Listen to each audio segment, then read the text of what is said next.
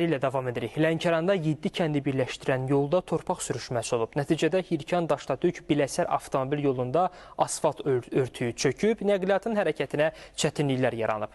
Ətraflı birbaşa bağlantıda əməkdaşımız Nuranə Tələt qızı son məlumatları çatdıracaq. Nuranə, buyurun, efirdəsiz, təfərrüatları sizdən eşidək.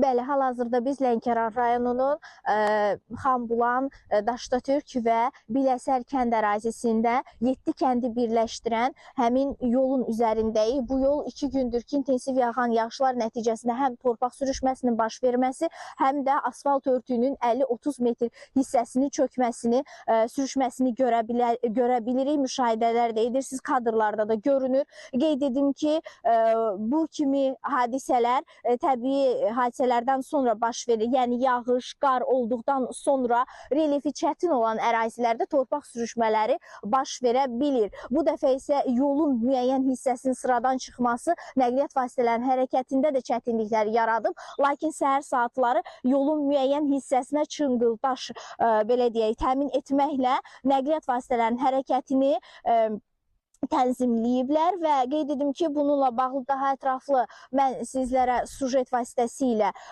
məlumatları ötürəcəm. Hal-hazırda isə ərazidən çatdıracaqlarım bu qədər, söz sizdədir. Nuranə, təşəkkür edirəm sizə çatdırdığınız ətraflı məlumatlara görə.